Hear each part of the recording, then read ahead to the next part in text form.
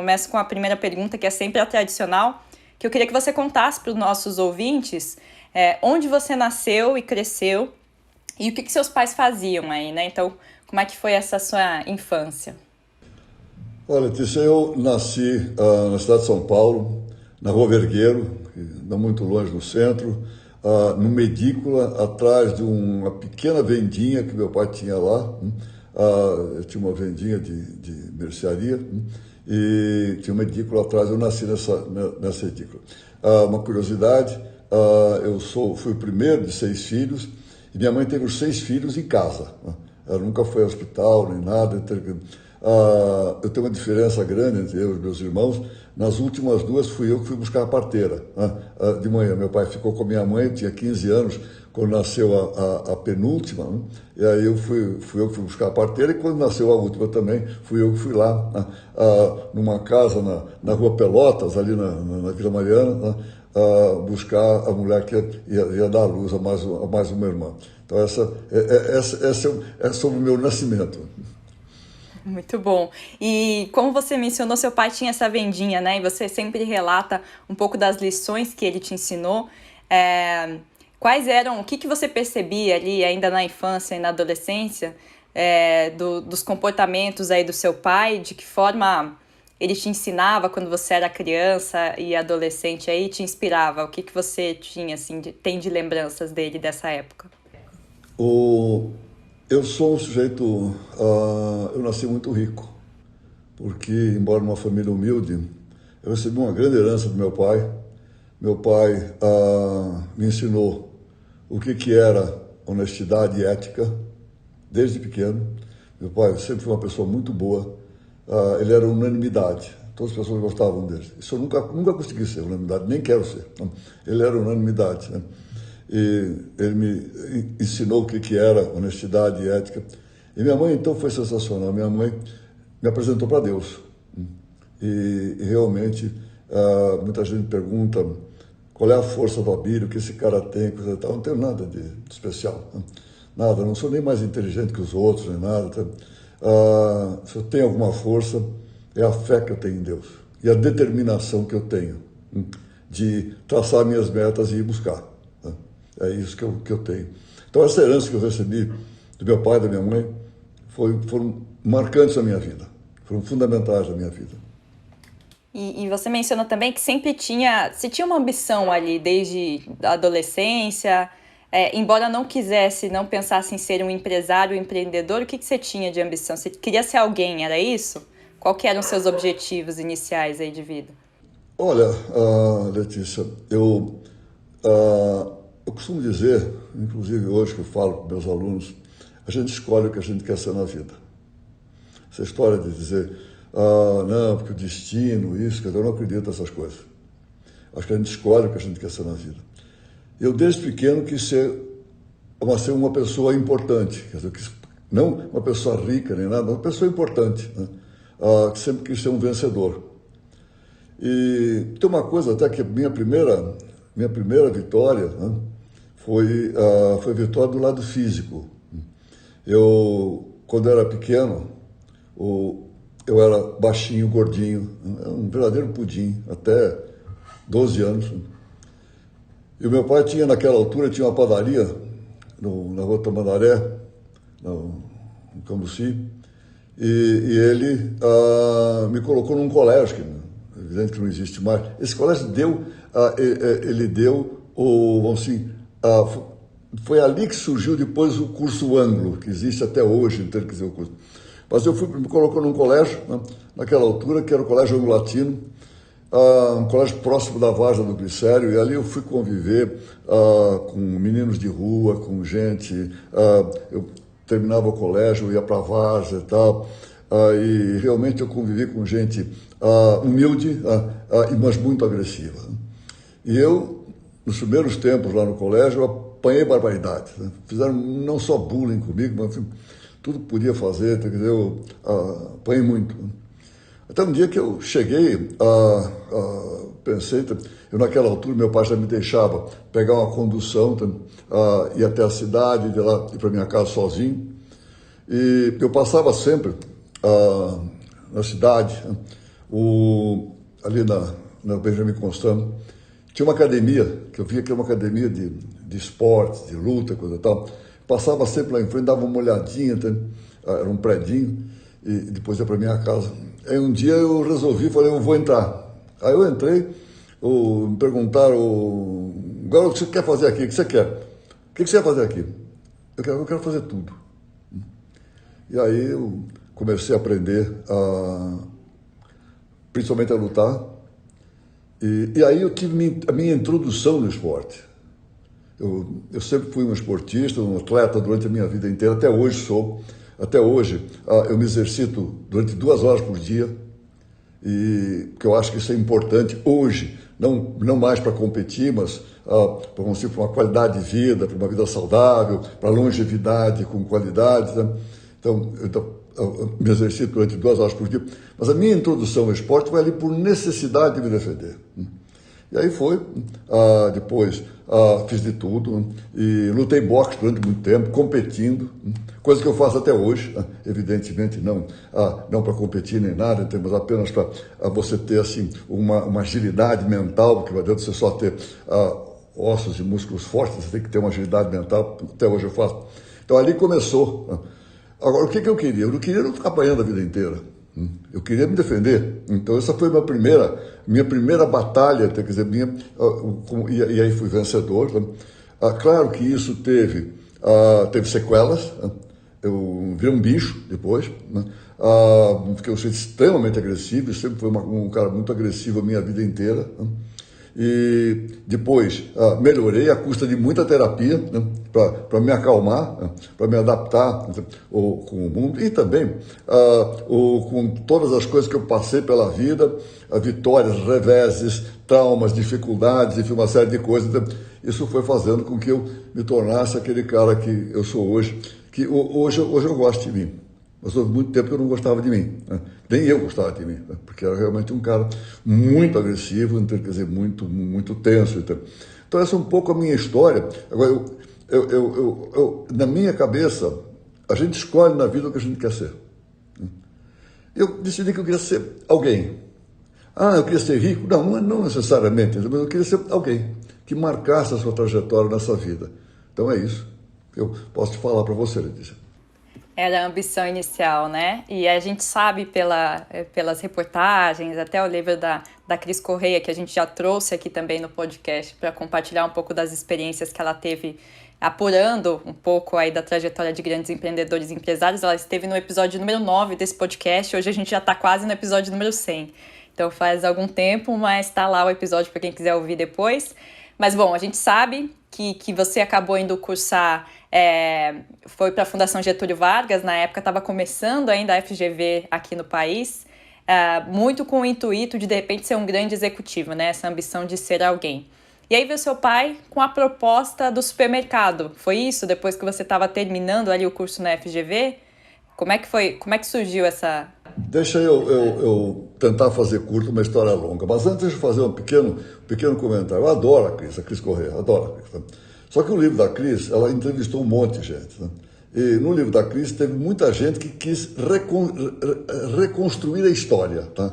Quis modificar o passado. Então tem a história contada por várias pessoas que, deixa eu dar uma ajeitadinha aqui, uma ajeitadinha ali. Tudo bem, eu escrevi 2 livros, né? Até minha história, acho que verdadeira, que está ali naquilo que eu escrevi. Embora eu adoro a Cris, o livro dela foi sucesso, né? Mas esse é um ponto. Agora, a minha parte empresarial está aí batendo com aquilo que eu quis sempre ser alguém. Eu estava direcionado para a economia, porque uma coisa que sempre me fascinou foi, eu olhava para mapa, até se você estiver olhando no vídeo aqui, tem um mapa aqui atrás de mim, eu adoro o mapa. Eu adoro olhar para o mundo, e olhar países. Eu já viajei muito, é uma das coisas que me dá assim, muito prazer, conhecer o mundo, conhecer este país, conhecer esse planeta é uma coisa que eu acho importante. Eu gostava muito de economia, de saber o que estava acontecendo com os países, eu queria fazer economia. Quando de repente eu estava no Mackenzie naquela altura, tinha tido já um upgrade em matéria de colégio, estava no Mackenzie, aí um colega meu que estava lá comigo também, vindo no bonde naquela altura, você pagava o bonde, vindo no bonde comigo, então eu falei assim, eu só fazer economia, vai fazer economia no Mackenzie mesmo, até para continuar jogando futebol e tal, o Mackenzie era uma força no futebol. Mas eu vou fazer um negócio que é administração de empresas, para a gente administrar empresas. Meu pai tem uma empresa, então quer dizer, eu quero administrar a empresa. Eu falei, putz, esse negócio aí é capaz de ter mais dinheiro do que fazer economia. E naquela altura, então eu peguei e me direcionei para a GV. Uma grande escolha, adoro a GV, até hoje, hoje dou aula na GV, já há muito tempo dou aula na GV. Então isso para mim é uma coisa, foi uma escolha muito importante, eu me direcionei para isso. Aí eu fiz o curso da GV, foi a segunda turma da administração de empresa aqui no Brasil, aqui em São Paulo. E aí, o que eu vou fazer quando eu terminei o curso? Não tinha emprego, não tinha nada. Quer dizer, esse amigo meu que tinha me dado a dica de ir para a GV, tinha a empresa do pai para ir. Claro, tinha a empresinha do meu pai, pequenininha, que era uma doceira, onde eu já trabalhava há muito tempo. Mas aquilo não me dava satisfação, não me realizava. Aí eu decidi, eu vou continuar estudando, eu quero ser professor. Eu quero ser professor, vamos ver o que a vida tem pela frente. Aí eu fiz o application para Michigan State University, que é quem dava todo o suporte didático para a GV naquele tempo, administração de empresa. E aí eu fui fiz o application. Quando um dia meu pai que estava construindo um predinho do lado da doceira, da Brigadeiros Antônio, e tinha em cima um andar superior, queria fazer um salão de festas para a doceira, e embaixo estava pensando em fazer um cinema, coisa parecida. De repente um dia ele chegou para mim, embaixo eu vou fazer um supermercado. Eu falei, que coisa interessante, mais uma mercearia. Ele falou, não é bem uma mercearia. Aí eu fui ver do que meu pai estava falando. Aí existiam, naquela altura, 10 lojas de supermercado em São Paulo. E depois, mais tarde, acabei comprando essas 10. Dentro do GPA, acabei comprando. Existiam 10 lojas. Eu fui visitar, fui ver, falei, putz, aqui acho que tem um business. Aqui acho que tem um negócio. E aqui acho que vale a pena ficar. Então, aí, eu desisti de ir para Michigan naquela altura. Fui mais tarde, só 5 anos depois, fui para a Columbia, fiz um curso de economia e tal. Já não era exatamente o que eu queria, mas pelo menos para morar fora, estar fora durante um determinado tempo. Tá? E ali me dediquei a começar esse supermercado com meu pai. E como tudo aquilo na vida, no meu relacionamento com meu pai dava as ideias e depois dizia, Abílio, vai lá e faz. E o Abílio ia lá e fazia. A relação com meu pai sempre foi extraordinária, espetacular, sensacional. Eu sempre adorei meu pai. Meu pai era a minha grande plateia. Eu fazia as coisas e para ver que meu pai dizia, puxa, que bacana que você fez. Sabe? Um negócio assim, sensacional, minha relação com ele. Enfim, aí nós fomos pela vida fora, crescemos. Sabe? Sim. Agora eu queria entender desse primeiro supermercado, quando você tomou a decisão, vou ficar aqui. Tinha já essa ambição de... eu vou crescer isso aqui, vou comprar esses outros 10 supermercados que existem. Qual que era o seu plano naquele momento? Eu vou ficar aqui um tempo, ver o que dá, de repente eu vou para fora estudar depois.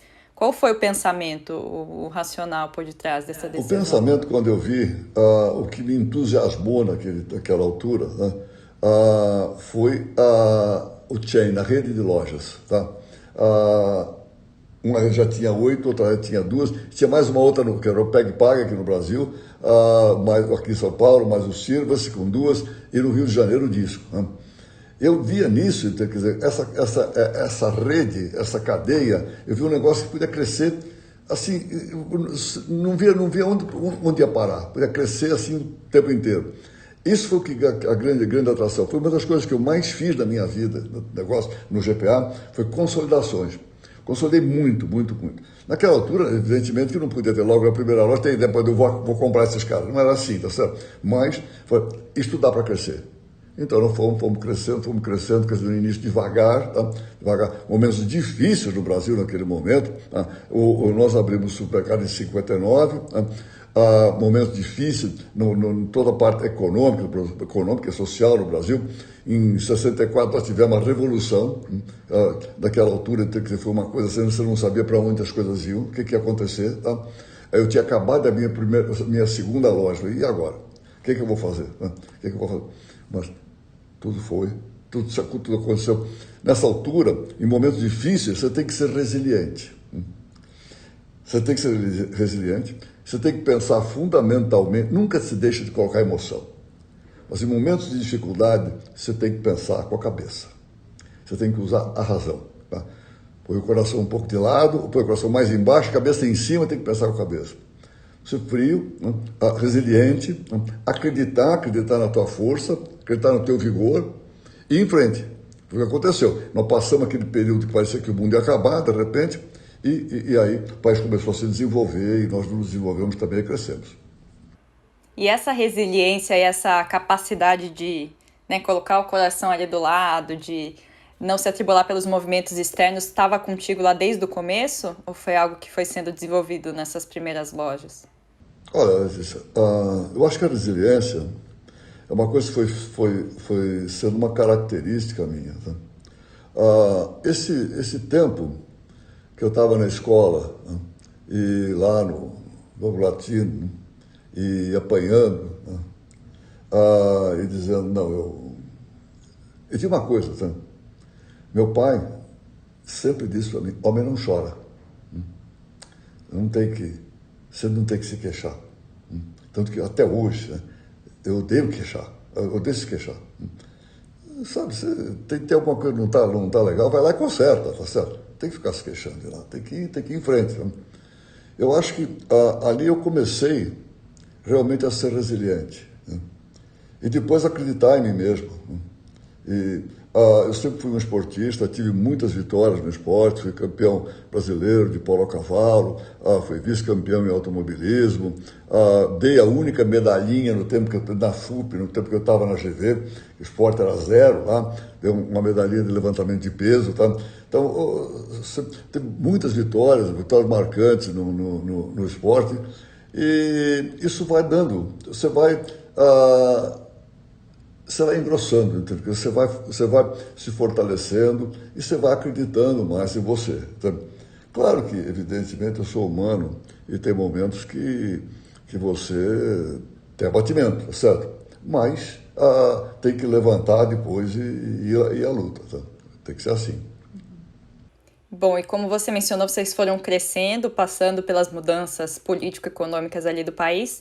Eu acho que um ponto que chama atenção na história foi quando vocês compraram a Eletroradiobras lá em 1976, lá na década de 70.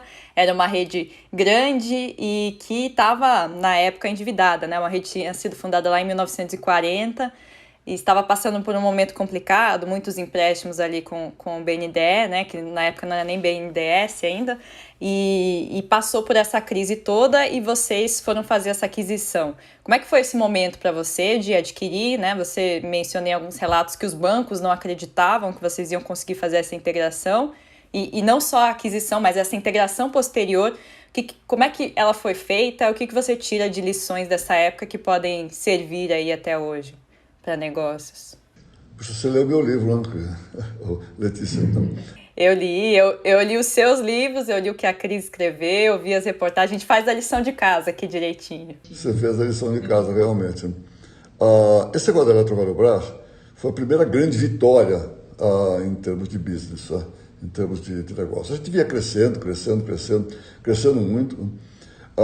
E aí eu já tinha... eu quando fui estudar nos Estados Unidos em 65, antes de ir para a Colômbia, antes de ir para Nova York, eu fiz um curso de marketing no estado de Ohio, em Dayton, né, junto com a Universidade de Ohio, e promovido pela NCR, uma empresa americana de caixa registrador, um belo curso de marketing. E ali, pela primeira vez, eu ouvi falar uns franceses meio malucos, né, que estavam fazendo umas coisas assim estranhas, tá? Umas lojas enormes, e pondo debaixo do mesmo teto, então, um monte de coisa, roupa, ternos, alface, verdura, arroz, feijão, eletrodoméstico, tudo debaixo do mesmo teto, eu maluco. Eu achei aquilo sensacional. Naquele tempo as coisas eram um pouco mais difíceis, eu levei 2 anos, 65, em 67 eu estava na França. Eu, junto com um amigo meu, que foi um grande companheiro meu, foi o Luiz Carlos Bresser Pereira, que foi ministro depois, uma série de cargos públicos, e que tinha estudado na Sorbonne, falava um francês, porque eu só falava em inglês. Ele falava um francês excelente. Lá fomos eu e ele para a França, conhecer o Carrefour. E aí caímos nas graças do Marcel Fournier, que era, vamos dizer, um dos fundadores do Carrefour. O cara nos levou para almoçar na casa dele, né? Um negócio sensacional, um apartamento maluco na Avenida Foch, lá em Paris. Aí fiquei até caí nas graças, eu até voltei lá algumas vezes depois. Bom, aí copiei muito o Carrefour. Aliás, na minha vida, eu sempre fui muito mais um copiador do que um inventor. Eu sempre achei, vamos copiar, eu quero fazer alguma coisa. Tem alguém no mundo fazendo isso e fazendo bem? Então vamos lá ver quem no mundo faz melhor e vamos copiar. E depois, se possível, vamos adaptar melhor aqui para a gente. Isso sempre foi a minha linha. Não tem ninguém fazendo isso, fazendo bem. Então vamos desconfiar. Será que a minha ideia é boa? Não tem ninguém fazendo? Então, eu sempre fui muito mais um copiador do que um inventor. Aí fomos lá, eu copiei muito o Carrefour. Copiei tanto o Carrefour que depois eu consegui batê-los, né, violentamente aqui no Brasil, fomos vencedores junto com o GPA. Mas, e aí, o que aconteceu? A Eletrocardiobras era uma enorme rede, né, de eletroeletrônico. Né? E aí eles viram aquele meu sucesso com alimentação, com aquelas lojas grandes, eles começaram a nos copiar. Então nós tínhamos as lojas grandes, os hipermercados, que nós chamamos de jumbo, que era o elefante. Né? E eles resolveram, para nos copiar e fazer melhor, né? Resolveram fazer lojas grandes também, que eles chamaram de baleia. Então, tinha o jumbo que era o nosso e a baleia que era dele. Só que eles fizeram aquilo de uma correria enorme, sem pensar muito, então acabaram quebrando. Eles tinham uma financeira, ficaram pendurados no Banco Central, eles pegaram muito empréstimo do BNDES, eles ficaram entalados com o governo. E o governo naquela altura, o governo Geisel, naquela altura, o governo militar, tinha muito medo do desemprego, não queria desemprego, então, dá um jeito desse negócio aqui. Aí, esse cara, esse moleque, esse amigo, vamos chamar esse cara aqui, vou conversar com ele. E nessa altura, então, quer dizer, me chamaram, tivemos uma negociação duríssima, com o governo, né? E finalmente nós chegamos a um ponto para pegar a companhia, para encampar a companhia. Seu pai foi contra essa aquisição no primeiro momento? Como é que foi? O meu pai sempre, Letícia, ele sempre tinha medo. Quer dizer, uma pessoa que saiu do zero, que já tinha um pouquinho de idade, né? Tem uma tendência para dizer, já está bom, não vamos arriscar nada. Quer dizer, tá bom demais, nós estamos vivendo bem, sua mãe está bem, seus irmãos também, está tudo maravilhosamente bem. Calma, né? Mas depois, meu pai sempre acreditou muito em mim. Aí eu mostrava para ele, fazia os planos todos, mostrava a viabilidade, que aquilo podíamos fazer. Ele acabou aceitando, se entusiasmando, então, e aí ele se entusiasmava, o negócio foi. Nós tivemos, nessa negociação com o governo, temos 6 meses negociando. Nesses 6 meses, chegou um momento que a negociação foi completamente interrompida, porque eu não podia ceder, não tinha espaço para ceder. Retomamos. Nesses 6 meses, nós tivemos tempo para estudar a rede Eletrobras, tudo, minúcias por minúcia, detalhe por detalhe. Quando nós pegamos, foi, o que nós fizemos? Imediatamente, nós desprugamos a sede deles e plugamos na nossa. Todas as lojas plugamos na nossa. Sabe? Naquele tempo você não tinha informática, você não tinha nada, mas simplesmente nós desligamos a rede, né, e ligamos com a nossa sede. E desativamos a sede dele. Então, foi um negócio, os bancos tinham muita dúvida, muita gente apostava que nós íamos quebrar rapidamente, e nós, em pouco tempo, nós conseguimos fazer aquela encampação. Nós fizemos um negócio sensacional, um golpe de máquina naquela altura. Nós fizemos o casamento da baleia com o elefante, a baleinha com o elefantinho. Foi sensacional, até hoje eu tenho esses desenhos aqui, foi incrível. Imediatamente aquilo nos deu um impulso enorme, então a empresa aí se desenvolveu enormemente. Uhum. E tem lições dessa época, dessa integração, você acredita que é válido hoje, né, fazer esse desplugamento já no primeiro momento? Quer dizer, como é que é possível que vocês não tinham nem, se eu não me engano, consultoria na época para ajudar nessa integração, né? Como cuidar dos funcionários, das lojas adquiridas, como faz tudo isso? Isso aí tem uma coisa assim que é importante, né? Ah, eu acho que uma característica minha, eu sempre fui um cara que eu sempre trabalhei bem com gente, né? Eu sempre gostei de muita gente, né? Eu sempre gostei de empresas grandes com muita gente, né? Ah, eu acho que essa parte nós fizemos bem, essa integração com as pessoas, fazendo com que as pessoas se engajassem naquele negócio, né? E realmente se dispusessem enfim, a fazer parte da nova empresa. Não tem aquela coisa que eu já assisti em outros espetáculos, né? Quando há encampações, os caras que encampam massacram aqueles que foram encampados em termos de gente. Nós já fizemos isso bastante bem. Uma coisa também que foi sempre uma característica na minha vida, muito importante, foi a agilidade, a rapidez. Isso que eu te falei, que imediatamente assim que nós pegamos a empresa, nós desplugamos as lojas, ali o que importava eram as lojas, o restante, lojas, o centro de distribuição, nós desplugamos isso da estrutura central e replugamos numa outra que estava preparada já para absorver aquele aumento de lojas, certo? Então, essa velocidade é muito importante. Uma coisa que eu falo sempre, falo com os meus alunos, antecipa. Antecipação é muito importante. É como no futebol, como no tênis, como no esporte. Entende? O tênis você tem que chegar no timing certinho. Entende? Você chegou atrasado, acabou. No futebol é a mesma coisa. Se você não antecipar, se chegar atrasado, você comete falta. Antecipa. Está sempre um ponto mais lá na frente. Então, velocidade é muito importante. Outra coisa também que eu passo para meus alunos, né? Diagnóstico. Diagnóstico é informação. Quando você vai partir para um negócio novo, alguma coisa, você tem que saber tudo sobre aquele negócio, mas tudo, tá? Diagnóstico, tudo quanto é informação, tá, vamos lá, diagnóstico. Planejamento é fundamental.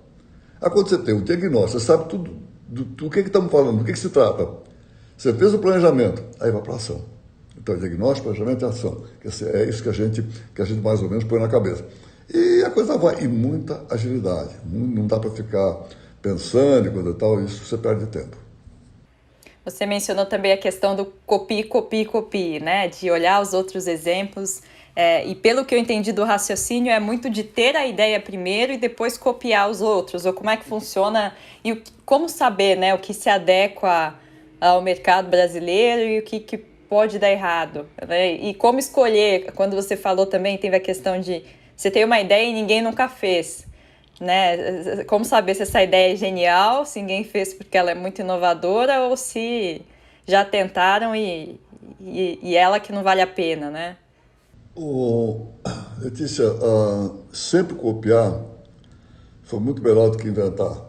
E você tem que saber copiar e adaptar. Você tem que ter a capacidade para adaptar.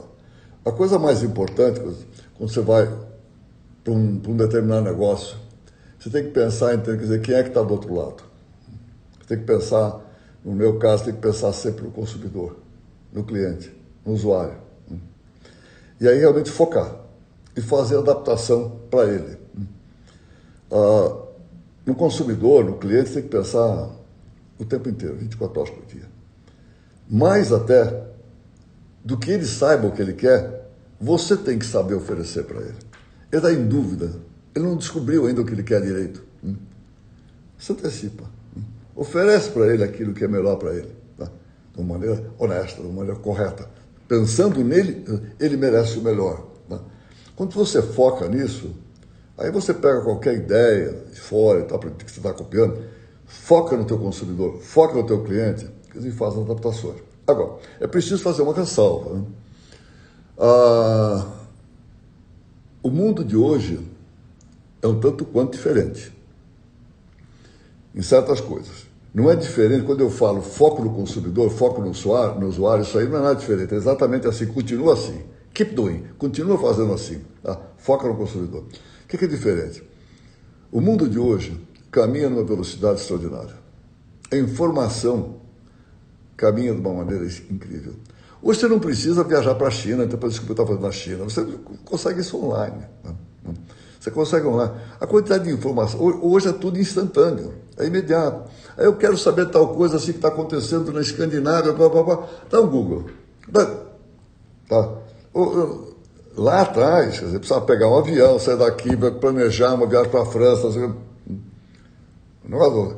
E hoje, na TI, na tecnologia da informação, a velocidade é muito grande. Quando você vai copiar alguma coisa no digital, você está copiando aqui, quando você começa a pensar que você está pronto, as coisas já estão aqui, já passou. Você está copiando aqui, mas já passou, está lá na frente, já está defasado, já está atrasado. Então, hoje, você tem que tomar muito cuidado. Então, hoje, a invenção é muito mais admitida. Né? Hoje, a criatividade para criar coisas novas. E aí acontece o seguinte, essa juventude, Letícia, eu tenho minha filha mais velha, vai fazer 60 anos agora, no mês que vem. Né? Mas eu tenho um pequenininho de 11 e uma outra pequenininha de 14 no meu segundo casamento. Né? Escuta, o que eles mexem no iPad, no mobile, no telefone, na televisão, o que eles mexem no digital. Por mais que eu me esforce, eu sou um cara razoavelmente, eu me viro bem. Né? Mas escuta, mas não dá para comparar. O que eles fazem nos games, o que eles fazem, o meu filho pequeno de 11 anos, ele adora futebol. Ele joga o FIFA que você põe na televisão, o jogo que você põe na televisão. Escuta, eu perco de cara dele, não tem chance, não tem chance. A habilidade, a destreza. Então, hoje você tem que pegar esses moleques, esses jovens, que têm essa cabeça voltada para isso, e fazer com que eles desenvolvam muita coisa que não dá para você copiar. Porque quando você está copiando, já passou. Você já está copiando o que está atrasado. Então, é preciso fazer essa ressalva. Se eu chegar para os alunos e disser, escuta, copia, ele vai tentar fazer alguma coisa no digital, vai copiar uma coisa antiga, tá certo? Então, precisa fazer essa ressalva que o mundo de hoje, você precisa cuidado com o que você vai copiar, porque pode estar defasado já. Tem que estar muito na frente já, né? Pensando e vendo a tendência lá, tá lá na frente, para conseguir copiar certo, né? Saber o que copiar ali, com certeza. Bom, Abílio, aí tem um capítulo da sua história que eu acho que é a questão do sequestro que você sofreu em 1989, que é um período marcante, né? Embora a gente esteja falando de negócios, muito aqui de negócios, mas é algo que imagino que impactou ali. Eu queria que você mencionasse um pouco, compartilhasse um pouco do que foi esse período, né? Do que foi esse caso e o que ele trouxe de reflexões para a sua vida aí, sobretudo nessa área de empresas e de negócios. Olha, Letícia, eu não sei se eu vou fazer, eu não sei como é que você vai compor isso aí, mas isso é uma história que não dá para a gente dissociar, tem que ficar numa história só. Esse é um momento terrível na minha vida. Você sabe que eu dei 10 anos da minha vida trabalhando para o governo, como membro do Conselho Monetário Nacional, onde a coisa que eu mais fiz foi estudar economia, né? E foi viver olhando muito mais para Brasília do que para a minha empresa, tá certo? Passei 10 anos tentando fazer coisas importantes para esse país, tentando ajudar esse país. Eu, no final, acho que não fiz coisa importante. Embora tenha gente que acha que eu fiz, não acho que eu fiz nada tão importante. Mas passei 10 anos ali.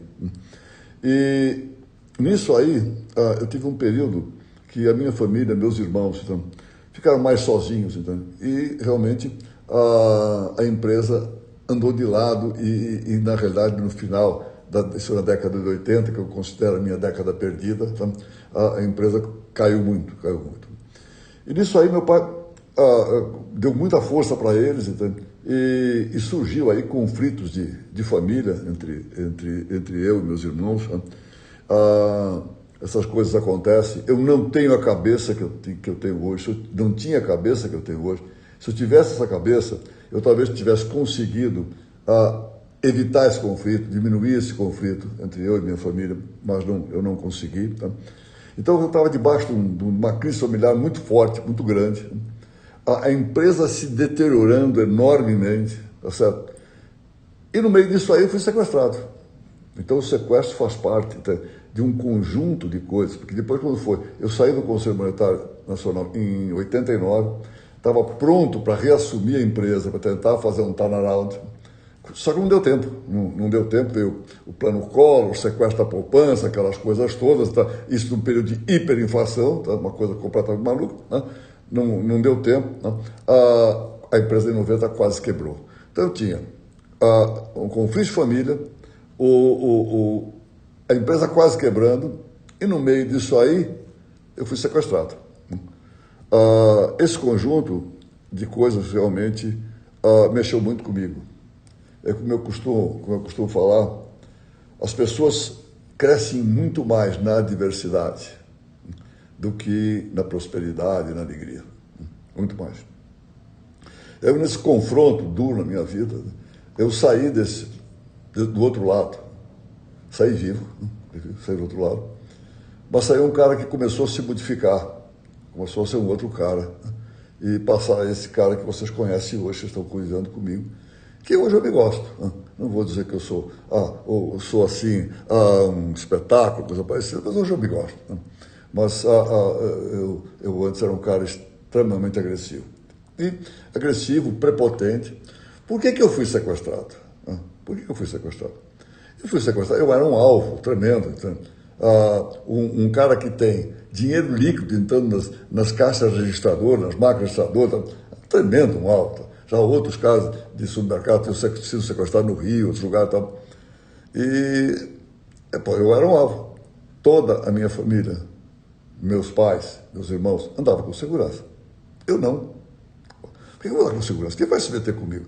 Sou um cara forte, atleta, saudável, brigo bem, atiro bem, tinha sido treinado, andava sempre armado, com o revólver do meu lado, no carro, tá? Quem é que vai se meter comigo? Eu sou o cara que vai se meter comigo. Só que não é assim. Eles vieram em 10, usaram 3 carros para o sequestro, tá certo? E lá fui eu sequestrado. Minha primeira reação quando me puseram, outra coisa, sabia o que era encrenca? Me puseram debaixo da terra, num caixote debaixo da terra, tá certo? E quando eu fui colocado lá, minha primeira reação foi uma reação de perplexidade e de raiva comigo mesmo. Como que eu me deixei sequestrar? Como? Sequestraram. Nos primeiros momentos, no primeiro momento que eu estava lá debaixo da terra, daquele cativeiro, eu não conseguia nem rezar. Não conseguia conexão com Deus. Era um vácuo de tudo. Eu tinha certeza que eu ia morrer. Até porque, um pouco antes de mim, 2 meses antes de mim, um amigo meu, naquela altura, bastante conhecido, o Luiz Salles, tinha sido sequestrado, tinha ficado 63 dias sequestrado. Eu debaixo da terra, eu não tinha ar. Os caras daquele caixote fizeram um caninho em cima com um ventilador do lado de fora, que eu vi depois, para entrar lá dentro. Eu não tinha ar, me sentia mal, sentia tontura por falta de ar. Como é que eu vou aguentar 63 dias aqui dentro? Mas nem a falta, eu sei que eu vou morrer. Mesmo assim, eu não conseguia rezar, mas isso durou pouco. Pouco a pouco foi voltando alguma coisa dentro de mim, a minha fé, né? E eu comecei a pedir, Deus, não me deixa perder a fé. E aí ele disse, eu não vou contar essa história toda, porque já está longa demais, então, por milagre, de repente, o abismo saiu desse negócio. Né? E depois disso, depois do sequestro, depois de resolver o conflito de família, e depois de conseguir segurar e salvar o GPA naquele momento, né? Não ter quebrado. Né? Eu comecei, não é da noite para o dia, não, mas eu comecei a sair do outro lado um cara diferente. Né? Um cara que até hoje cultiva aquilo que eu penso, assim, tem dentro de mim. Eu quero ser hoje melhor que eu fui ontem, amanhã eu quero ser melhor que eu sou hoje. Eu tenho isso dentro de mim, assim, de uma maneira dogmática, né? Buscando sempre ser melhor, um cara muito mais conciliador do que eu era, sem aquela arrogância, sem aquela propaganda. Tanto que um dos meus valores, o valor principal, né, é a humildade. Humildade. Né? Tem gente que diz, puta, humildade, esse cara é humilde, coisa nenhuma. vamos lá, vamos ver do que nós estamos falando. Se humildade é andar de chinelo, usar roupa velha, fazer voto de pobreza, não é bem o Abílio. Agora, se humildade for respeito, for saber ouvir, saber prestar atenção nas outras pessoas, acreditar que você nunca sabe tudo, que as outras pessoas podem te dar uma ideia muito melhor do que aquela que você está tendo. Esse respeito, se isso é humildade, então aí é com a Abílio. Tá? Então, foi assim, essa história. O que eu sei do lado? Sei desse jeito. Sim, e contando para quem não conhece um pouco da história do sequestro, você ficou alguns dias, só não, né? Porque alguns dias nesse cenário, enfim, ninguém precisa, mas foi pouco tempo e a polícia conseguiu achar e negociar com sequestradores. Fiquei uma semana. Eu entrei uma semana, eu entrei uma segunda-feira, saí no domingo. O seguinte, eles me pegaram de manhã cedo, quando estava indo para trabalhar, estava para o escritório, usaram 3 carros. Um deles bateu no meu por trás, aquele me desconcentrou completamente, eu estava com a arma na mão, entendeu? Desconcentrou. Aí rolamos no chão, brigamos a beça, entendeu? Quer dizer, tá? Enfim, me levaram. O que aconteceu depois? Estou dando uma história comprida, rápida. Eles transformaram um carro numa ambulância. Pegaram um carro, pintaram tudo de branco. Veja o cuidado que os caras tiveram. Transformaram numa ambulância. Então, essa ambulância que cruzou na minha frente, tá? E fez com que eu parasse. Sabe? Muito bem. Eles abandonaram essa ambulância. Abandonaram essa ambulância depois e foram com os outros carros embora e me levaram.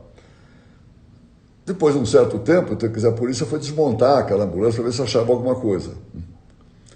E aí, de repente, acharam, caído no motor lá dentro, acharam um cartão de um auto elétrico, que os sequestradores tinham levado o carro lá para consertar qualquer coisa. Aí foram lá no auto elétrico, perguntaram sobre o cara, sim, ele deixou o telefone aqui para quando o cara estivesse pronto para a gente avisar. Aí foram no lugar do telefone, os caras estavam lá. Pegaram 4 deles, que os outros 6 estavam comigo, tá certo? Aí pegaram um deles e levaram na casa, onde eu estava.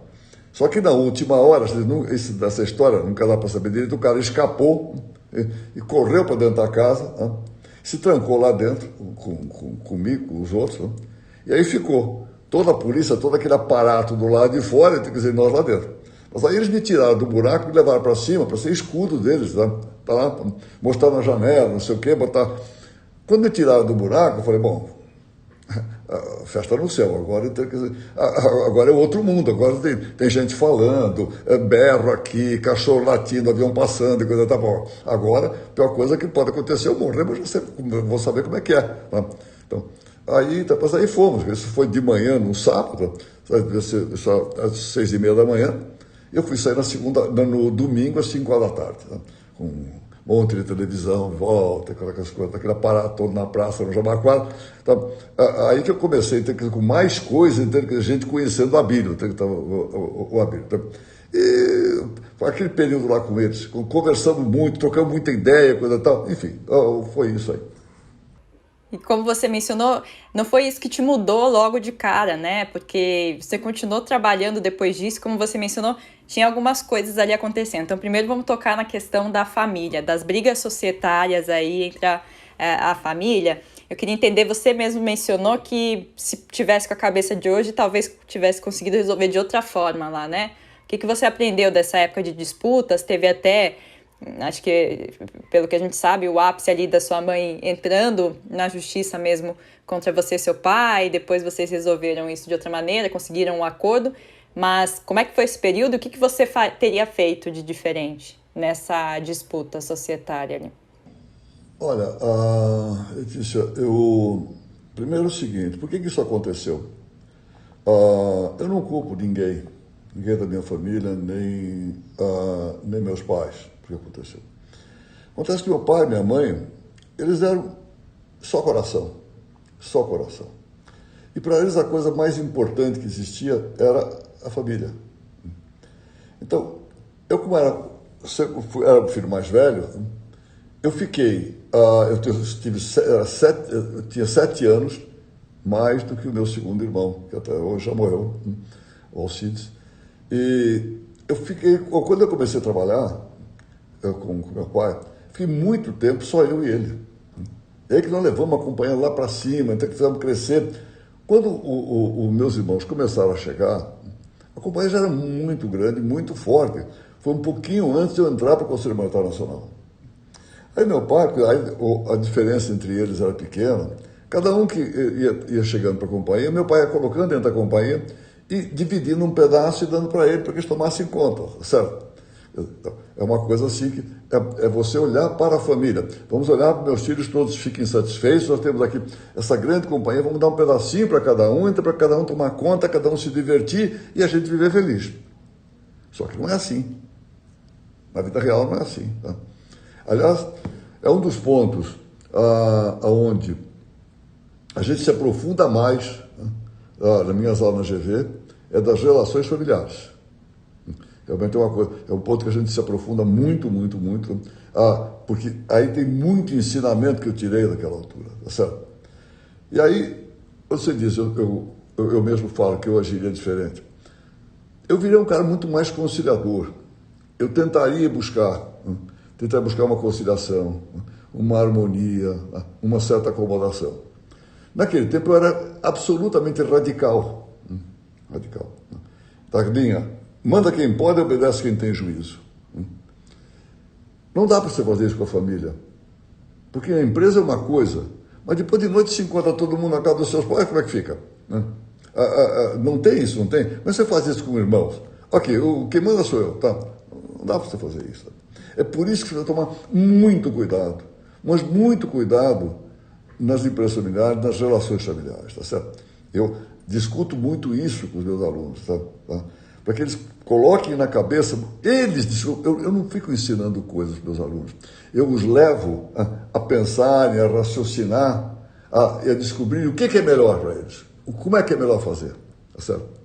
Não dá, nesse ponto eu sou absolutamente, aí sou radical, não dá para misturar empresa com família, nem família com empresa, principalmente empresas grandes, tá? Não dá para misturar.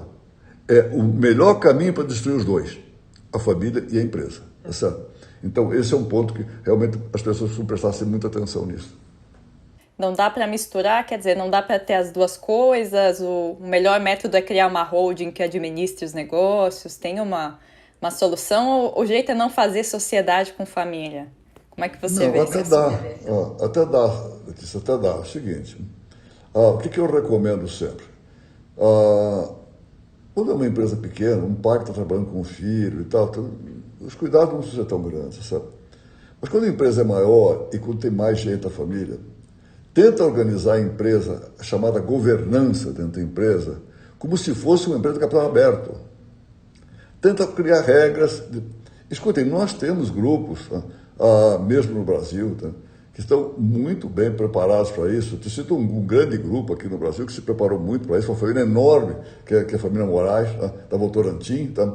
Eles vêm cultivando, então, quer dizer, a separação das empresas com a família há muito tempo e são muito bem sucedidos, sabe? Nós na Península, há muito tempo, mesmo do GPA, desde 2003, tá? Nenhum dos Diniz estava no executivo, nem eu, todos no conselho. Meus filhos no conselho, minha mulher que veio do GPA, a Geise, tá? Também todos no conselho. Aqui na Península a mesma coisa, tá? Não tem ninguém como executivo. Tá? A gente organiza a governança, tem que tratar a empresa como se fosse uma companhia de capital aberto, tá? e corporation, sem dono. Tem que ser assim, empresas grandes. Agora, mas eu trabalho com meu pai, me dou bem, tudo bem. Uma, duas pessoas vai, tá? Mas quando você tem uma empresa maior, aí começam a vir, as gerações vão passando, começam a vir os primos, os tios, começa a vir um monte. E aí, você começar a dividir a empresa, o que eu dou para esse, o que eu dou para aquele? É o desastre. É o desastre, não dá para fazer isso. Tá certo, Abílio. E o último ponto ali mais grave desse início da década de 90 foi essa questão da crise financeira ali do Pão de Açúcar mesmo, né? Como é que foi sanear essa crise? E se tem lições que você poderia passar dessa época de medidas que vocês adotaram para empreendedores e empresas que estão sofrendo com a crise atual, né? Como é que você enxerga esse momento ali? Olha, Cris, o turnaround desculpa, Letícia, o turnaround do GPA daquela altura passou a ser um case até estudado, né? Até fora do país, então, que estudaram esse case do Pão de Açúcar, que foi um turnaround realmente espetacular. O que aconteceu? A razão da quase quebra. Porque, escuta, estava muito mais para quebrar do que se fosse apostar, estava 80% para quebrar e 20% para se salvar. Então, não tinha muito jeito. Por que aconteceu isso? Aconteceu porque ela já vinha se deteriorando. Durante toda a década de 80, ela foi se deteriorando, piorando. Uma empresa extremamente arrogante, tá? Uma empresa que não olhava para a concorrência, não queria crescer pelo lado pela inovação, tá? Uma empresa que foi parando no tempo, tá? Então não é dizer, foi o plano Collor que arrebentou com a empresa. Escuta, o plano Collor ajudou. Quer dizer, a empresa estava na beira do abismo, o plano Collor empurrou, tá certo? Então, é isso, tá? Então a empresa vinha se deteriorando. Aí, num determinado momento, houve o confronto com a realidade. O confronto com a realidade, o que foi? Um cenário econômico extremamente adverso. E aí, realmente, um plano econômico no plano Collor, que eles fizeram, naquele tempo tinha um negócio que chamava tablita, que se ajustava aos fornecedores. Tá? Então foi um plano Collor sem tablita, o que deu um tombo nas empresas, principalmente nas empresas de distribuição, foi um negócio assim terrível. Tá? Quando se confrontou com a realidade, com essa dificuldade, claro, a empresa se encaminhou, quer dizer, para o buraco, tá certo? Para o buraco. Naquela altura, eu tinha acabado de voltar firme lá para dentro, né? E tive muita dificuldade de informação. No mês de junho, de 90, a projeção para o final do ano, o orçamento para o final do ano, era um orçamento, fechar o orçamento com lucro, quando a empresa estava praticamente quebrada já naquela altura. Aí nós resolvemos pegar, porque a empresa estava quebrando, não era por falta de ativos, então, por ser uma empresa que não tivesse patrimônio. Ela tinha ativos, tinha patrimônio, mas não tinha caixa. Tá certo? Nós, no mês de julho, né, nós resolvemos tomar um empréstimo, não tínhamos endividamento nenhum, tomar um empréstimo grande com os bancos, né, e nós tivemos, de 2 bancos, nós tivemos a oferta logo de cara, naquela altura, 500 milhões de dólares. Né? Naquele tempo era muito dinheiro, 500 milhões de dólares. Mas aí estávamos que o problema não é tão sério, coisa e tal, vamos fechar com lucro e tal. Aí eu falei, não, vamos organizar, vamos fazer debêntures, tá? Para a gente fazer debêntures conversíveis, para fazer isso vai sair mais barato. Entre julho e setembro, o crédito desapareceu completamente, nós não fizemos debênture nenhuma. Eu tinha 500 milhões de dólares oferecido em julho. Em setembro, eu fui a um banco, junto com um amigo meu, o Roberto Teixeira da Costa, que tinha sido o presidente da CVM, fui a um banco, conversar com o banco, para pedir 10 milhões de dólares e sair com não. O banco negou, tá certo? E aí foi, aí, enfim, foi um esticar a corda, tudo quanto foi jeito, conseguimos segurar a parte de caixa. Aí o que eu recomendo, tá? O que eu recomendo nessa altura, para as pessoas? Primeiro, agilidade. De novo aquilo que eu até já falei no começo, que é uma característica do Abílio. Né? O Abílio nunca tem pressa, mas ele anda em alta velocidade. A agilidade, a rapidez foi fundamental para segurar a empresa. Tá? Não dá para pensar muito. Uma coisa que eu sinto é o seguinte: a empresa está completamente deteriorada. Eu peguei o primeiro nível de diretores, a primeira linha, e demiti todos. Puxei a segunda linha para junto de mim. E aí peguei a segunda linha e disse, demite a terceira. Demite a terceira. Tá? Com uma rapidez muito grande, que é a maneira de você realmente botar a empresa na mão e ter maneira de trabalhar. Nós criamos um mote, a empresa estava muito esparramada pelo Brasil inteiro, né?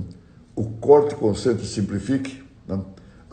Esse cortar, começamos a cortar tudo com as coisas mais longe, então, fomos cortando, fechando, vendendo e tal, reestruturando a empresa, todo o footprint, todas as lojas, reestruturando tudo aquilo, tá? E fomos encolhendo, mais centralizado, segurando mais na mão, concentrando muito, cortamos, concentramos e simplificamos.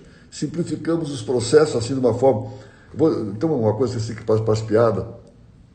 Nós estávamos na sede, até 86, nós estávamos na sede da Brigadeiro, foi lá que eu comecei minha vida, que eu adorava aquele lugar, né? Aí a família decidiu construir um prédio na Berrina, um negócio assim, uma torre. Passei 6 anos, os piores anos da minha vida. Mas a parte de informática acabamos ficando com as duas sedes, a da Brigadeiro e a da Berrina. A empresa expandia tanto, se alargava tanto, ficamos com as duas sedes. Lá na Brigadeiro, nós importamos um computador imenso, que parece que é só nós e a NASA que tinha outro igual. Tinha um tanque de água que fizeram lá, então, cavaram um estacionamento, fizeram um negócio completamente maluco. No fim, nós desenvolvemos aquele negócio, vendemos tudo com sucata, coisa e tal, destruímos aquele negócio todo. Fomos para uma rede de micros depois, pequeno, reorganizamos tudo. Então, essa coisa toda de simplificar, fazer o simples, então, ajudou muito. Corte, conceito, simplifica. Então, foi um mote que nós criamos que foi extremamente importante. E outra coisa, agilidade. Não dá para esperar. Você sente que você vai quebrar, não espera quebrar, faz as coisas hoje enquanto dá tempo, enquanto você está vivo. Tá? Fundamental. E outra coisa, desculpa só, e mais uma coisa que eu acho importante. Uhum. E caixa. Cuida do caixa. Caixa mata. Se não tiver caixa, morre. É por isso que a gente ia morrer. Cuida do caixa. Uhum. Essa questão das demissões ali, né, nos cortes de pessoas, parece um movimento um tanto quanto até eu estava conversando com outros colegas que já assistiram, cobriram de alguma forma suas palestras, já tiveram entrevistas e eles recordavam muito desse ponto de cortar a primeira diretoria, promover a segunda, cortar a terceira, né? Mas o quanto isso não é um ponto... Isso não é simplificar demais, né? A maneira de... Se fosse hoje, você faria a mesma coisa, porque você não corre o risco de perder alguns talentos essenciais que estão nesse meio, que foram cortados. Foi um ato extremo, necessário naquele momento. Como é que você avalia? Letícia, tem certas coisas, aquela metáfora, trocar a turbina do avião com o avião voando. Então, tem jeito, você não troca, se você não arriscar, você vai cair, você vai morrer. Né? Você vai morrer. Não adianta, a tal história da velocidade, não adianta pensar muito. Tá? Você tem que focar no teu objetivo, saber o que você quer, e não dá para ficar, será que, não será que, já foi. Então, quer dizer, você tem que ser muito rápido, muito ágil nisso. Sim, destruímos o time, tá? Mas precisava destruir, até porque o time era muito ruim. Acabou ficando um time muito ruim. Esse pessoal de baixo, então, eles se transformaram um bocado, então, se transformaram. Porque eles estavam embaixo da primeira linha, estavam um pouco, vamos assim, sufocar, com uma panela que está com a tampa em cima. Então, se tirou a tampa, esse pessoal respirou um pouco, ficaram melhores, ajudaram bastante. Os de baixo, então, o terceira linha, quando sumiram, lá os de baixo deles, então, nossa, ficaram ferozes. Então, você faz uma certa transformação. Isso aqui é garantia de sucesso? Olha, talvez seja, né? Porque você tem que tentar. Você pega uma pessoa que está doente, que está desenganada, você não vai dizer, poxa, não vou dar isso aqui para o cara, de repente o cara vai ficar isso, ficar aquilo. Você vai tentar tudo. No momento difícil tem que ser determinado, tem que ter garra, tem que ser determinado. É assim, vai ser assim, tem que ser feito. E pronto, né? E vai. Bom, avançando na história, teve essa recuperação, teve um IPO, teve depois listagem de ADRs, enfim, mas eu queria pular para um capítulo que é a questão, que é também uma questão em grandes empresas e que é difícil para muitos fundadores ou para muitas pessoas que tocaram ali os negócios durante muito tempo, que é sair essa migração da cadeira executiva para a cadeira do conselho de administração, né? Que isso aconteceu ali a partir de 2003 no Pão de Açúcar.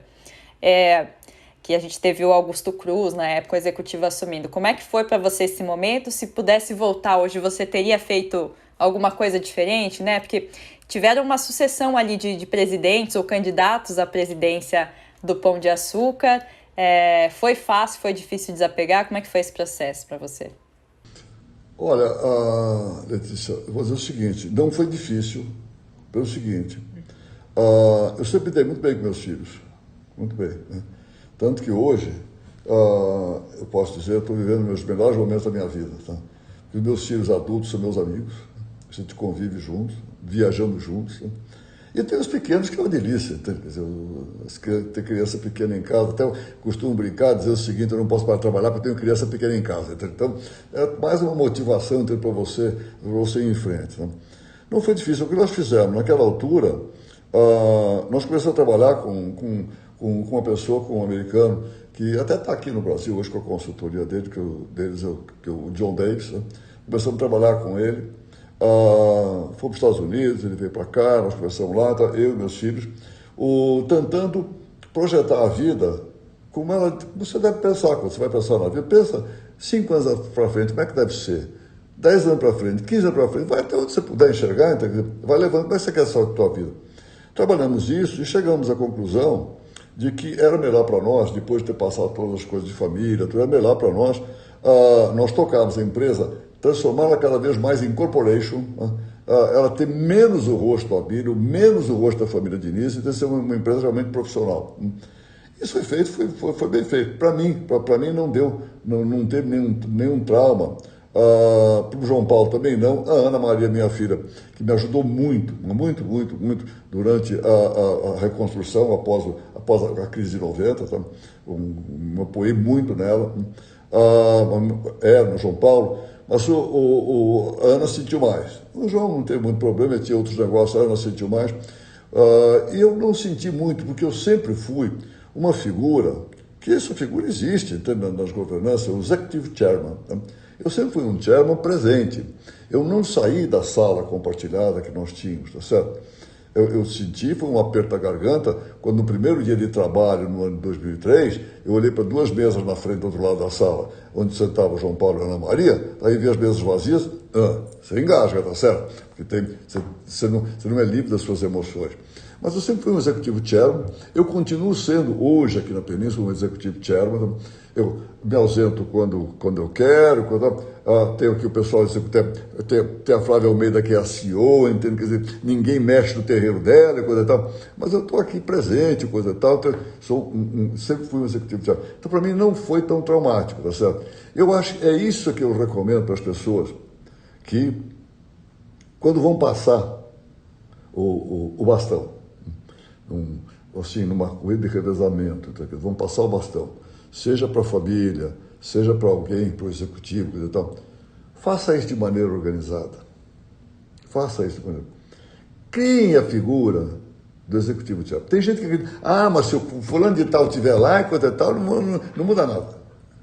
Escuta, tem que saber, tem que ser competente para você fazer a profissionalização para valer. Tá? Você não pode ficar lá fazendo de conta.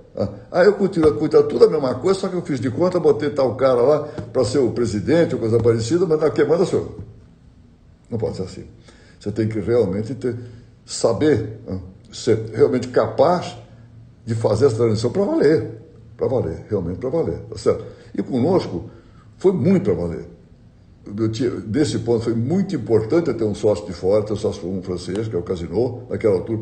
Foi muito importante, porque já existia uma governança organizada, tá certo? Com gente deles, inclusive no conselho. Isso foi muito bom, foi muito rico isso, tá certo? Eu já vinha com uma companhia de capital aberto desde 95, tá? Com os acionistas todos olhando para a gente. Então essa transição foi boa.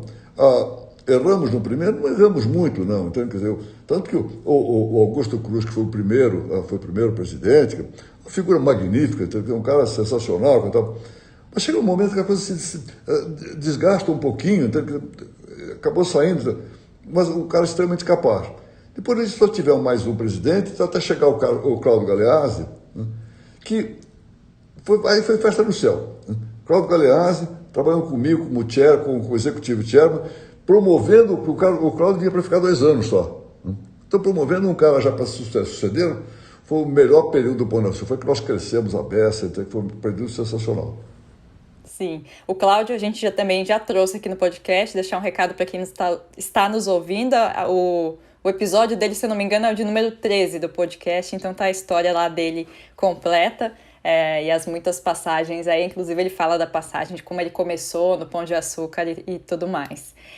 Bom, aproveitando que você citou a questão do Casino ali, um acionista que entrou lá na companhia em agosto de 99, né, segundo foi anunciado lá na época, esse grupo francês, e depois em 2005 tem esse novo acordo ali, que o senhor, inclusive, classifica como seu maior erro empresarial, né? No seu último livro, inclusive, tá descrito isso como seu maior erro. Queria que você contasse um pouco de como é que foi feito esse acordo e o que você teria feito de diferente se fosse feito de novo aí, né?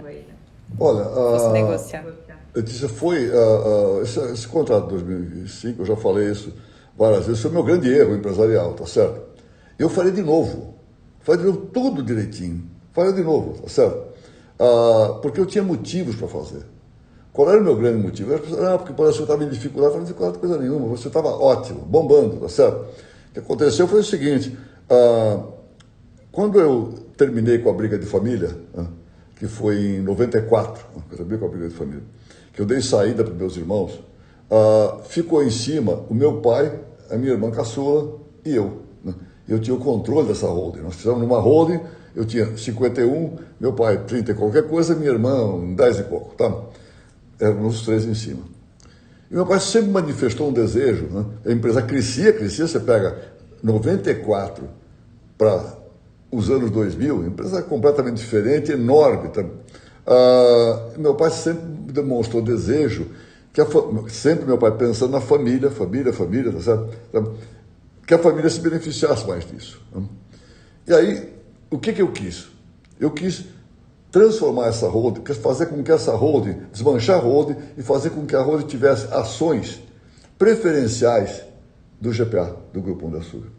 Para que a família pudesse vender as ações, se beneficiar mais diretamente disso e não numa holding que recebia dividendos em cima de uma companhia de capital aberto, tá certo? Então, esse foi o grande motivo de eu fazer isso. Sabe? Meu pai, inclusive, demonstrava uma coisa que ele queria muito, ele já estava com idade, meu pai morreu com 94 anos, já estava com idade, que ele queria fazer isso e queria doar isso para os filhos. Eu fiz. Tá? Realizei isso, essa negociação com o Casino, e nisso aí, meu pai recebeu as ações, doou para os filhos, e quando morreu, 2 anos depois, 3 anos depois, morreu feliz da vida, porque tinha realizado esse sonho de deixar seus filhos todos bem, que tinham se beneficiado da companhia que ele teve a ideia de criar, que eu desenvolvi, mas ele teve a ideia de criar.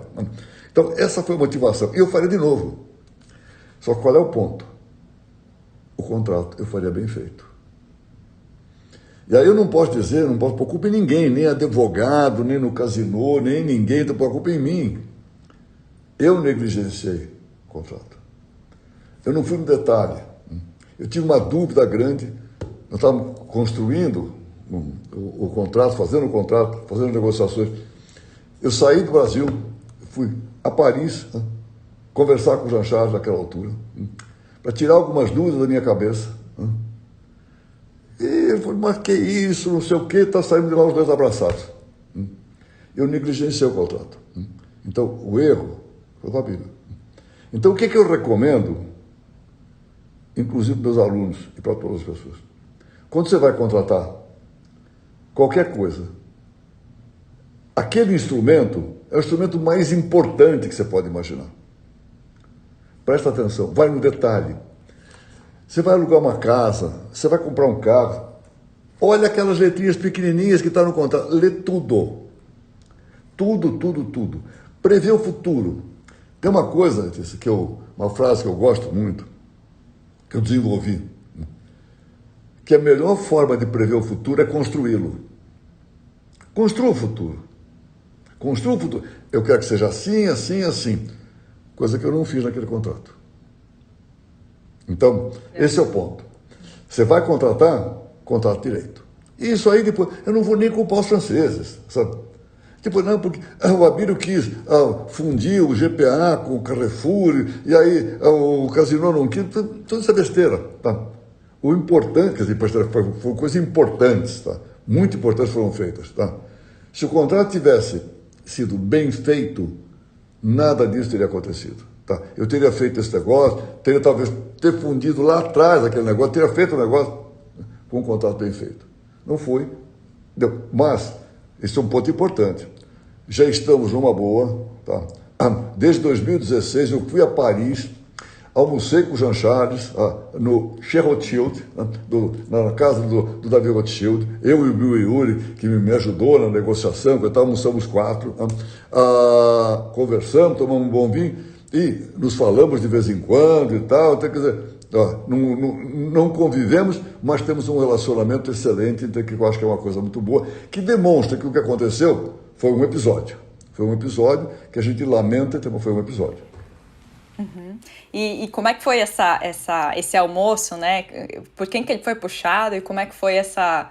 Né? Naquele momento as feridas, não querendo adiantar, porque acho que tem alguns pontos que a gente tem que falar antes, mas já estavam cicatrizadas os problemas, as dores de perder, digamos assim, o Pão de Açúcar? Olha, esse Abílio de hoje, que já de muito tempo, tá? Que sou mais um conciliador, eu não gosto de ter nada enroscado na minha vida para trás. Então, quer dizer, se eu tenho alguma divergência com alguma pessoa, eu procuro liquidar com ela. Eu passei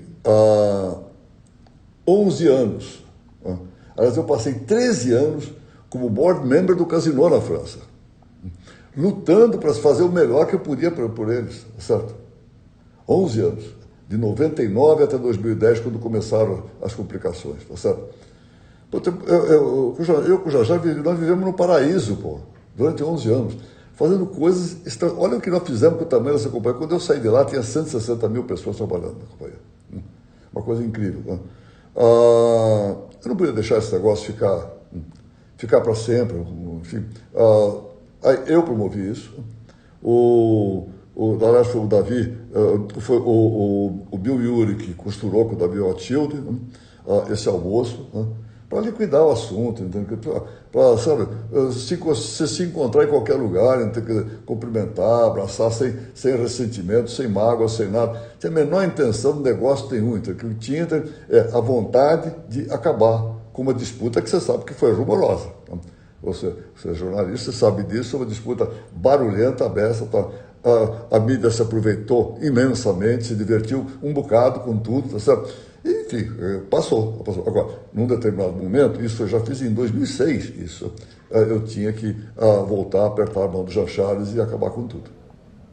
Tá certo. Para quem não está por dentro dos detalhes, é isso, que no contrato lá desde 2005 tinha uma cláusula de que o Grupo Casino poderia assumir as operações aí a partir de 2012, né, do Grupo Pão de Açúcar, e tinha essas divergências ali do que iria acontecer, né, se você continuaria na presidência, o que seria feito a partir de então, e acho que esse é o ponto principal, né, que é o que você teria feito diferente ali, negociado.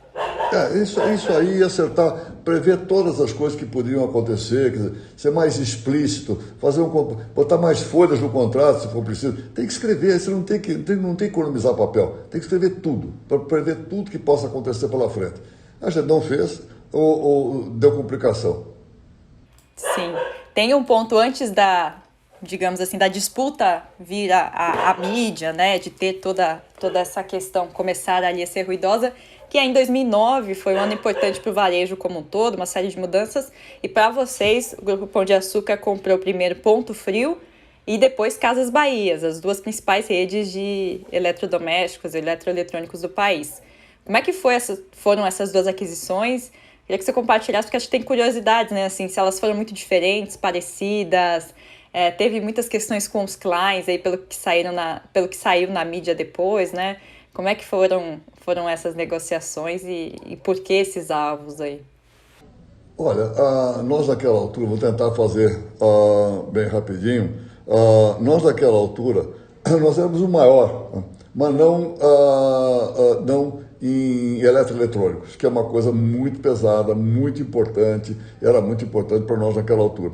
E nós devemos aumentar, resolvemos fazer alguma coisa que nos tornasse maior e mais pesados, mais importantes nesse setor de eletroeletrônicos. E aí decidimos, achamos que o alvo seria o Ponto Frio. Eu, numa determinada altura, fui a Nova York conversar com a Lili Safra, que era a principal herdeira do Ponto Frio. E aí se iniciou uma negociação. E a coisa que foi interessante é que nós negociamos bastante.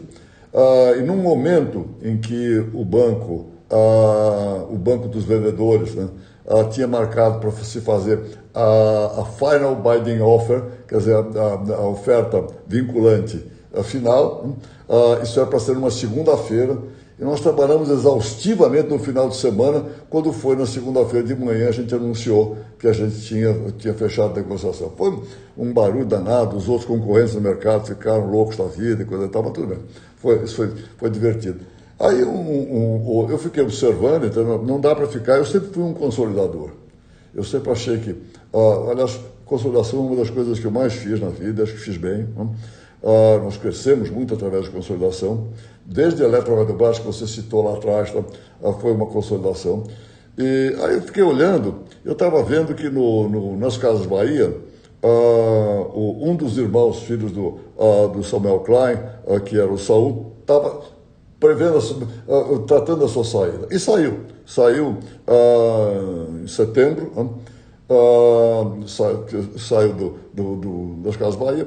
Eu aí, sabendo disso, foi bom, agora está o Michel sozinho lá, deixa eu falar com ele. E aí liguei para o Michel, marcamos um encontro, ele veio de helicóptero, meu filho João Paulo tinha um escritório aqui embaixo, no Itaim, e ele desceu do helicóptero, desceu no escritório do João Paulo, para a gente conversar assim, sem barulho, sem rumor nenhum. Ele e o filho dele, o Rafael, aí começamos a conversar. Isso foi em setembro, e no começo de dezembro nós fizemos a transação, e foi uma transação muito boa para todos os lados. No começo, a família, o Samuel, coisa e tal, estrelou um pouco. Nós não vendemos nada, nós fizemos uma associação, a mídia explorou muito que tinha sido uma venda. Tá? Mas passou, foi um grande negócio para eles e um negócio excelente para o GPA também. Foi muito bom. Em um ano nós dobramos a companhia. No ano 2009, na realidade, dobramos o tamanho da companhia do GPA.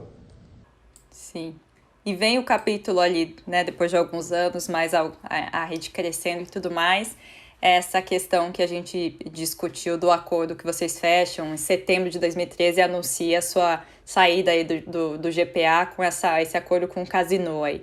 Eu queria entender, embora sejam muitas questões aqui, mas a gente fala muito aqui também sobre a parte psicológica, né, de como é que fica o empreendedor, o empresário nesse momento. Como é que foi para você lidar com todos esses sentimentos, né, durante primeiro as discussões ali, todas as brigas, os conflitos e o sentimento de deixar aí a rede?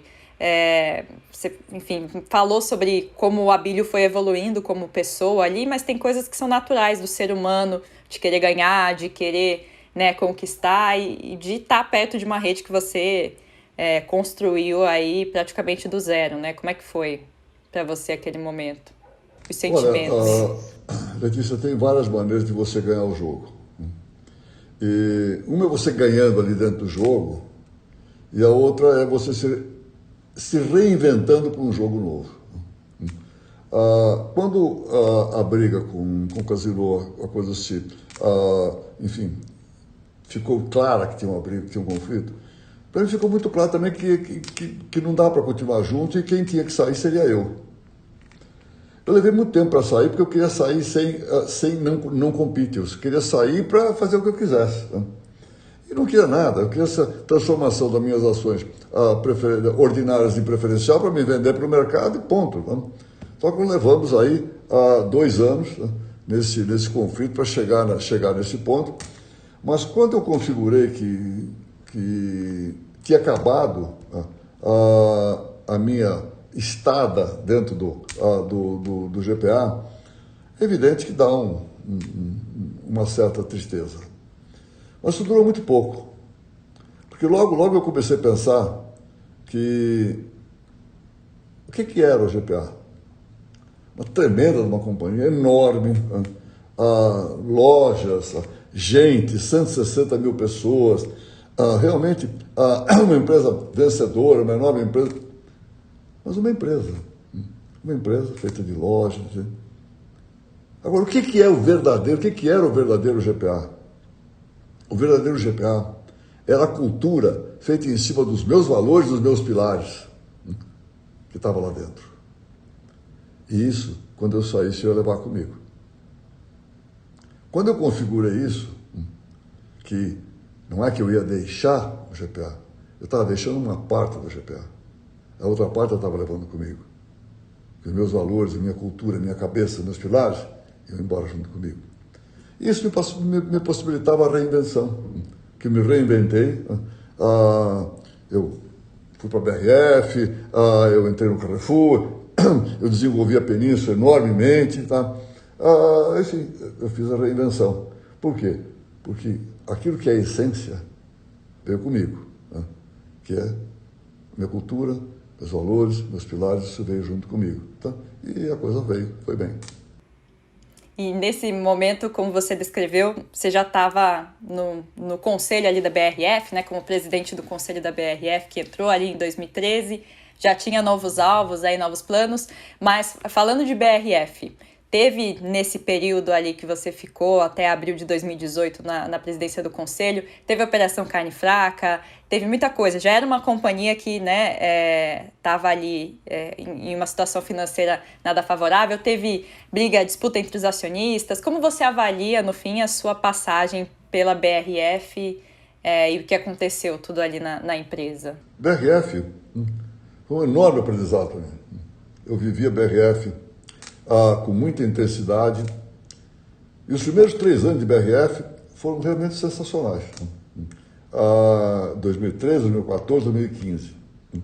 Eu entrei com a ação a 40, e em 2015 ela estava a 72. Tremendo no upside. Depois disso, veio uma série de coisas. O ano de 2016 foi um ano muito difícil, um ano internacional difícil, um ano de alta do milho, uma série de coisas. E aí os resultados foram fracos. E tem uma frase da minha mãe, que ela é muito importante. Casa que não tem pão, todo mundo reclama e não tem razão. E aí faltou pão no ano de 2016, né? Aí todo mundo começou a reclamar, os acionistas, da One Corporation, tá? Acho que começaram a desandar, a administração, o management se sentiu pressionado, foi difícil. Eu já estava muito mais envolvido com o Carrefour desde 2014, tá certo? Desde dezembro de 2014. E, enfim, não quero me isentar de nada, tá certo? Mas, enfim, a coisa deteriorou.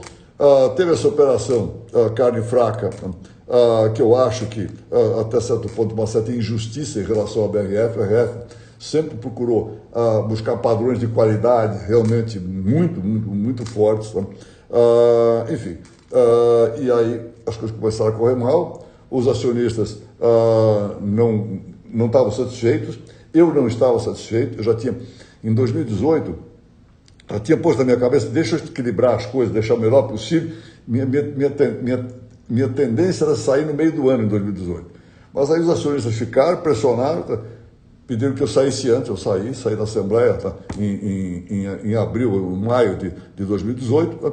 E encerrei aquele meu período na BRF como chairman, tá? Continuei acionista e tal, continuamos por lá, tá certo?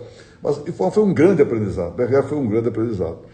Por outro lado, falando um pouco de Carrefour. Carrefour nós entramos, na verdade, em 2015, porque, aqui no Brasil. Porque nós estamos em dezembro de 2014. Carrefour foi um sucesso extraordinário, foi um sucesso e é um sucesso extraordinário. Nós entramos, ajudamos a fazer uma série de coisas, tá?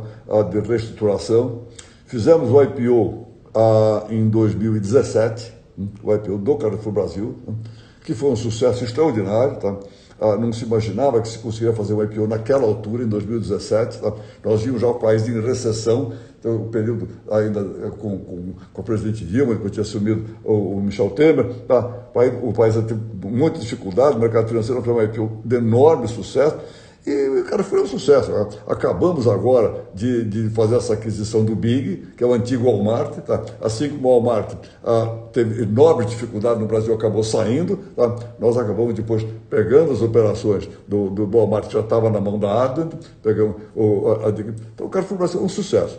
Na França, que eu estou no conselho lá desde de janeiro de 2016, eu acho que nós fizemos um trabalho importante também. Tá? A companhia estava se deteriorando há muitos anos, muita dificuldade, cada vez mais. Nós fizemos um movimento importante, ajudamos o conselho a trocar o chairman, que lá é o PDG, o presidente diretor-geral, trocar o líder. Tá? Pusemos o Alexandre Bompard, o conselho colocou o Alexandre Bompard, que é um profissional extraordinário, um cara de grande sucesso na França, já vinha de grande sucesso empresarial, está fazendo uma transformação enorme na empresa lá na França. Enfim, eu considero nossa passagem pelo Carrefour, que estamos lá ainda, um grande sucesso, acho realmente um grande sucesso. E não bastasse tudo isso, vocês resolveram aí, tem um novo projeto de uma gestora, é isso? Conta essa decisão de vocês de lançar uma gestora, além da Península, né? Mas abrir aí para o mercado, como é que... Por que nós resolvemos abrir a O3 para terceiros? Eu acho que uma das características importantes do Abílio, eu sempre fui um cara de fazer time. E eu tenho tido muito sucesso nos times que eu já fiz, nas minhas empresas, do GPA. Aqui na Península eu tenho gente maravilhosa aqui comigo, o Edu Rossi, que é o vice-chairman, a Flávia Almeida, que é a CEO, a Ju Gross, que é a CEO, além de outras pessoas que estão aqui dentro, que são incríveis, são sensacionais. E aí, na gestora de hedge funds, de mercado, nós temos também profissionais incríveis, incríveis. Aí com o Daniel Matias, que é o Poli, conosco já há muitos anos, e com um time fantástico. Acontece o seguinte, eu sempre achei que os talentos dentro de uma empresa têm que ter ambição de crescer. E você, como empresário, tem que dar chance para que eles cresçam dentro da empresa, não tem que procurar para crescer, buscar lugar fora. É simples como isso, entende? Quer dizer, a única maneira de nós darmos oportunidade para esses talentos aqui dentro crescerem é aumentar o capital que eles administram, o asset under management, tá? Asset under management. Então, aumentar isso. Então, não pode ficar só com o nosso capital proprietário, por mais que a gente coloque lá, tá? Tem que dar chance para eles terem mais volume para aumentarem os seus rendimentos e se realizarem aqui dentro. Então, nós fizemos, realmente, nós construímos a O3, tá? Eles são sócios da O3, tá? Eles têm 50% da O3, 49% da O3, tá? E aí são sócios, eles podem se realizar como donos daquilo que eles estão fazendo e se realizar usufruindo de um volume muito maior de dinheiro, tá? Que vem, então, para que eles possam administrar. Esse foi o grande motivo, dar aos nossos talentos a oportunidade, né, para que eles se desenvolvam. Evidentemente, a Península vai ganhar com isso, deve ganhar também, tá? Mas o grande motivo foi segurar, reter essas pessoas junto conosco. E quais são as metas? Vocês têm definido qual que é o valor sob gestão que vocês querem chegar a ter? Tem alguma coisa definida já nesse sentido? Olha, do meu lado, é o seguinte, eu sempre gostei de coisa muito grande, né? Então você fala 10, 20, 30, 50, eu não estou nem aí com esse negócio, sabe? Eu não estou preocupado com isso, qual vai ser o tamanho. É uma coisa que eu cultivo isso desde quando eu estava lá no GPA. Eu não quero ser o maior, eu quero ser o melhor.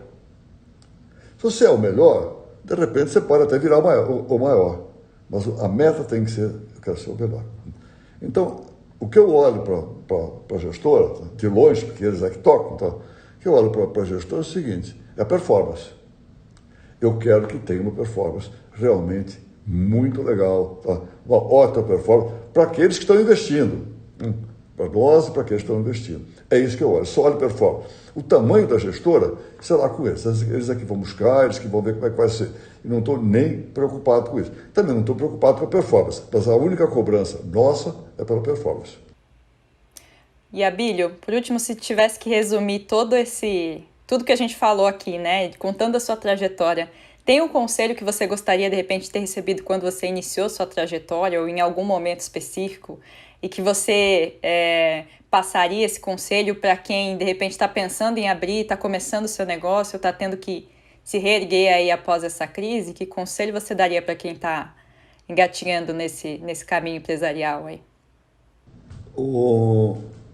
Letícia, eu não dou conselho, nem para os meus alunos. Sabe?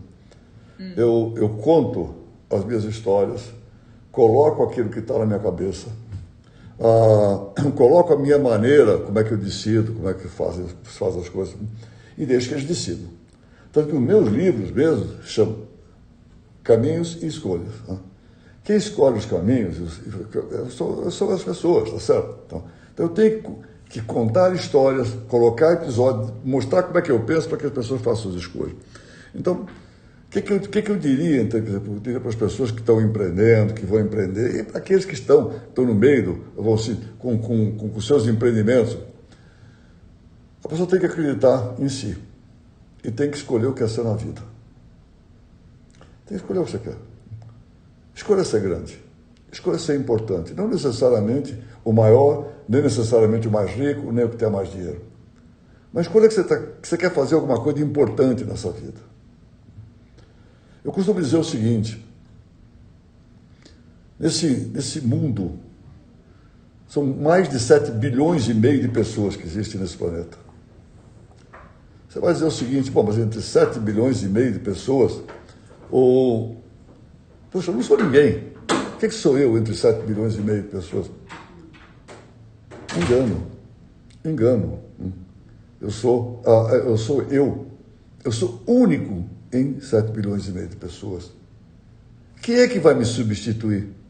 Ninguém. Posso substituir o que eu faço, mas não o que eu sou. Quem vai substituir você, Letícia? Ninguém. Posso substituir o que você está fazendo, o seu trabalho, todas as outras coisas. Mas você ninguém substitui. Então, se nós somos únicos, nós temos que olhar para nós mesmos e ter um propósito. Acreditar em nós tem um propósito na vida. O propósito meu hoje não é exatamente o propósito que eu tinha quando eu tinha 40 ou 50 anos. Mas tem certas coisas que são muito claras e seguem uma tendência. Primeiro, eu quero ser feliz. Eu sempre pus a felicidade como meta lá na frente, a meta máxima. Eu quero ser feliz. Aí eu quero aprender e compartilhar. Aprender e compartilhar. E é por compartilhar que eu estou aqui, fazendo esse podcast, conversando com você, com muito prazer, para poder compartilhar. Agora, decide o que você quer ser na vida. Decide o que você quer fazer. Traça o seu propósito. Porque você é único entre mais de 7 bilhões de pessoas. É isso.